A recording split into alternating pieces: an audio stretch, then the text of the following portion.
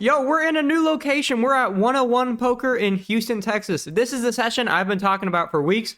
You can tell me. I think you're going to see this is the craziest session I've ever showed. I've ever played, period. I was only planning on playing for an hour and a half, and I was like, maybe I shouldn't bring my camera. I just want to enjoy myself a little bit, you know, see how it goes. Boy, am I glad I did. Some of these hands are just, I can't believe they happen in the time duration they happen. I mean, back to back to back. They only have 1-3 games, so I initially sit down at a 1-3 uncapped one hand of PLO game. There are some $1,000+ stacks right as I sit down. Let's get into it. I join a brand new 1-3 table. That is the first hand it's happening here. I look down at Jack 10 offsuit. It just limps around to a flop of 10-9-8. We flop top pair with an open ender. When it gets to me on the button, I bet out for $10 and only get a call from the small blind. The turn is the ace of hearts and it goes check check. The river is the 7 of spades. We make it straight. He bets into me for 25. I think that's likely a jack, but I have no idea how poker players in Houston play. Obviously, I have to raise, right? I have a straight, and if he has a 6, maybe he pays off a bet. I raise to 75, and he tank folds. That was the very first hand I played. I just want to show that's not super crazy, but it's a sign of things to come that I'm going to get involved often, and I'm going to get bluffed at a lot. 3 shuffles later, I look down at pocket queens. There's a button straddle from one of the massive stacks, a guy that bought him for probably 1,000+.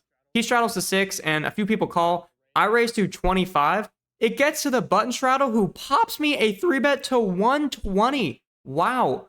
It gets back to me, and honestly, I'm going to 4-bet queens almost at 100% clip, especially against people I don't know. If it was smaller, I'm not jamming, but he 3-bet to 120. I only have one move with 300-ish in my stack. I'm all in. And I get snap called. I ask him, is it a cooler? And then this happens. All in. All in. Is it a cooler? I've got a big pair.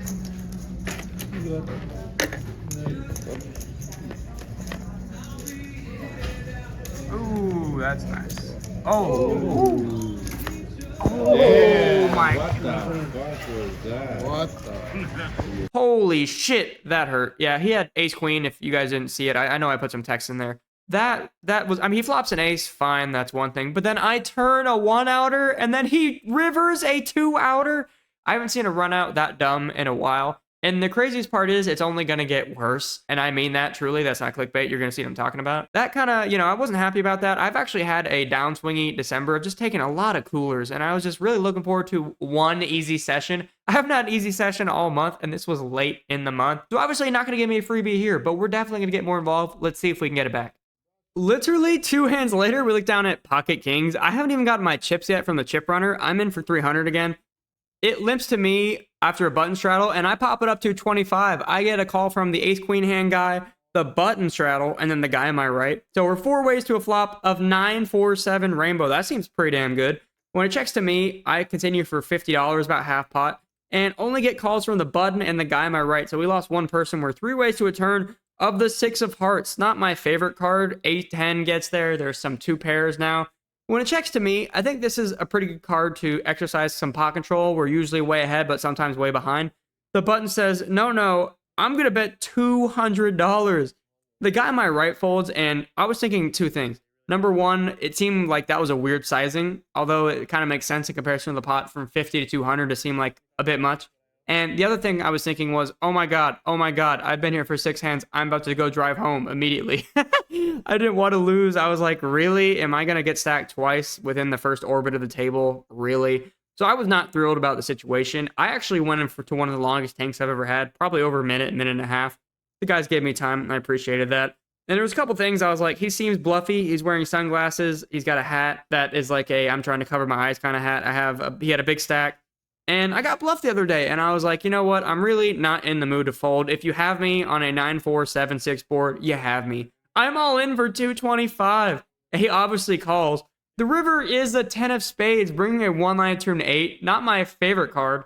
I tell him, hey man, I've just got 1 pair, and he looks at me like, oh, I have nothing. I'm like, okay. I flip over the kings, and he just mucks, so not worth the stress, but we're back above even. Let's go. Let's see if anything else can happen. It will. So about an orbit and a half goes by, and I look down at King Jack of Diamonds. There's a few things I've learned as this last orbit and a half to 2 orbits has gone by. The guy in the ace-queen hand that obviously is pretty nuts for snap calling a 4-bet all-in with ace-queen, he bought in for a lot of money, and he's action. He raises like every other hand, and when he doesn't raise, the guy from the king's hand raises his hands. So very action table. The guy from the King's hand, by the way, was just showing massive bluffs. Like he showed 3 within the last orbit and a half. So this is quite the action table, only 1 table sample size. But if you're looking for unbelievable action, Houston might be the place for you. Anyways, I get King Jack of diamonds, and I just really don't want to get 3-bet. I'm still attempting to chill out from the first few hands, so I actually just limp. I'm sorry. I know.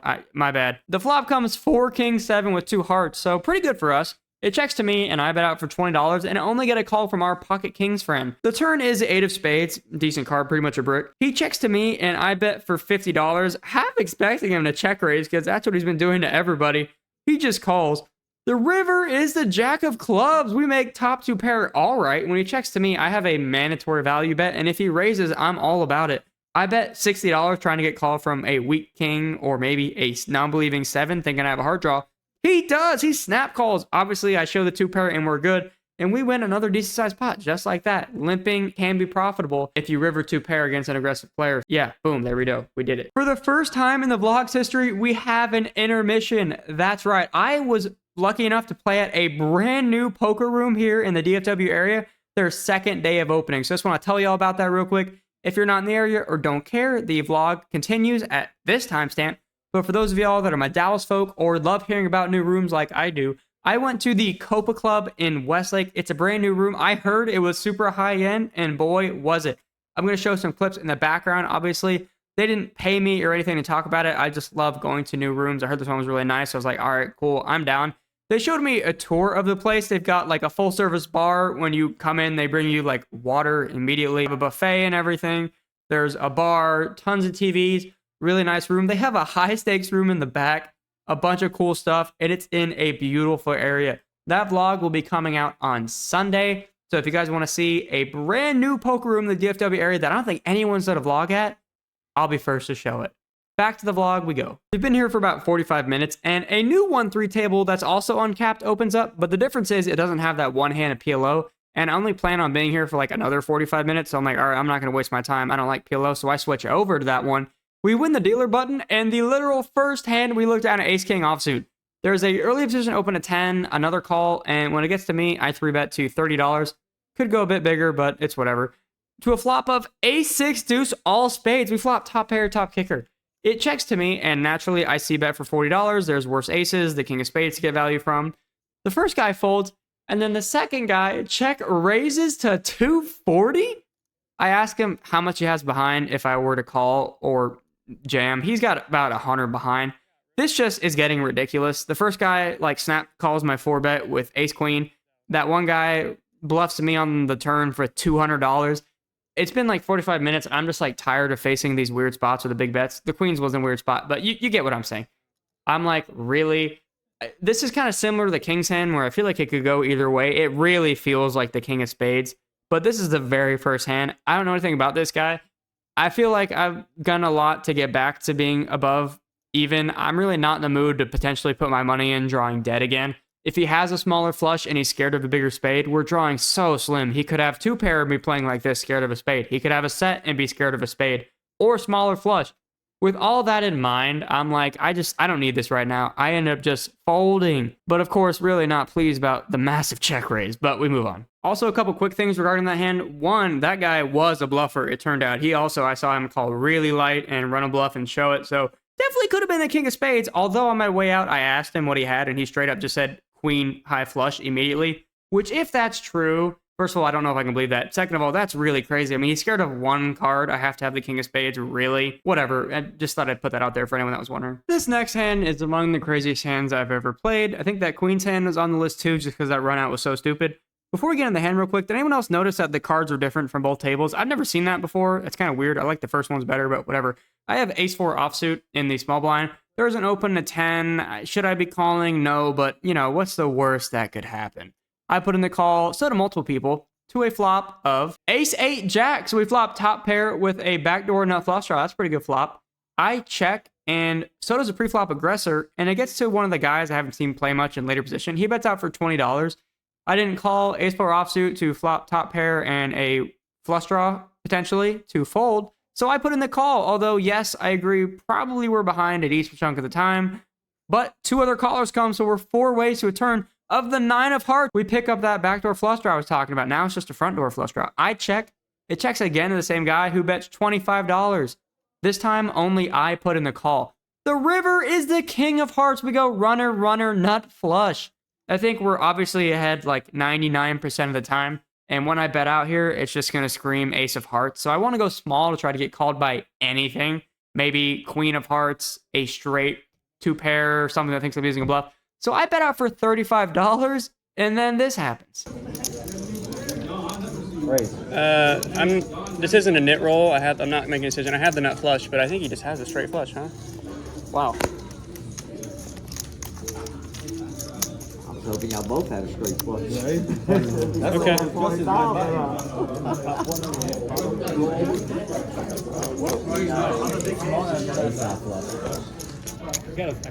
Wow. Yeah, I guess now we have the answer to what's the worst thing that could happen. That got like no reaction from the table. That was a really dead table. The other table would have lost their shit, seeing what's been going on with my hands lately. Yeah, really tough run out. I honestly, I thought it was a straight flush. It felt like a straight flush, but I'm never folding. I mean, you're not supposed to fold there.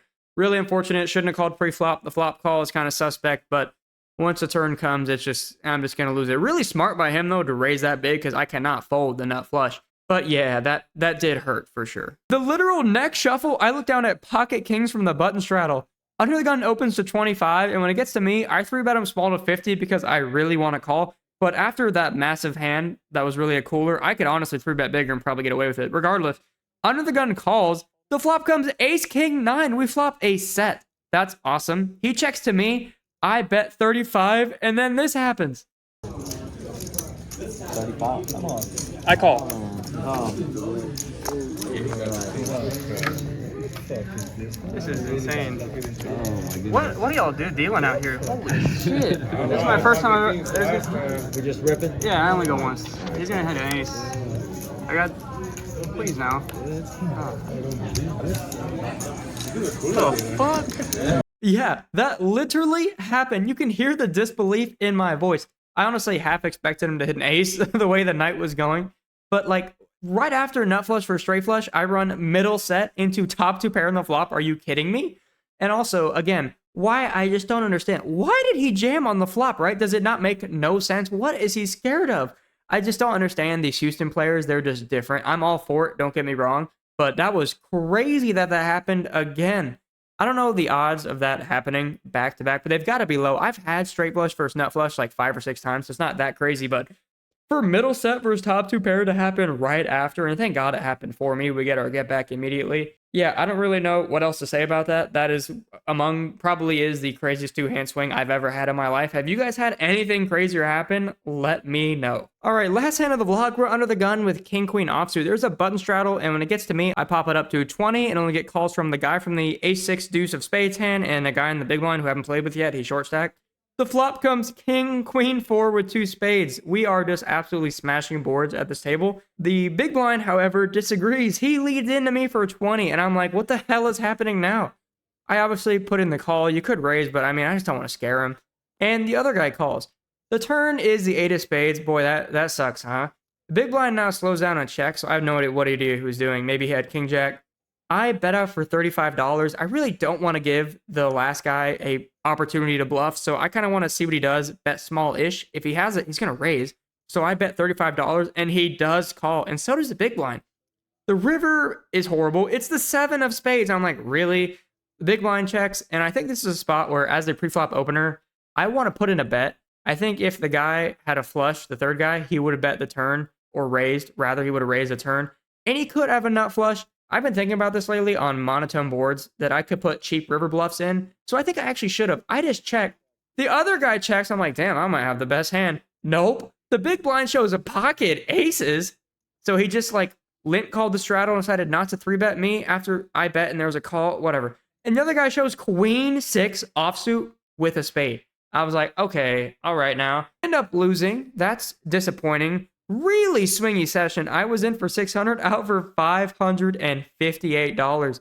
Definitely, as I mentioned, the craziest session I've ever posted. You know, a lot of fun, really fun room. They have free food there, apparently. So if you go to 101 Poker, they have free food. That's it for this session.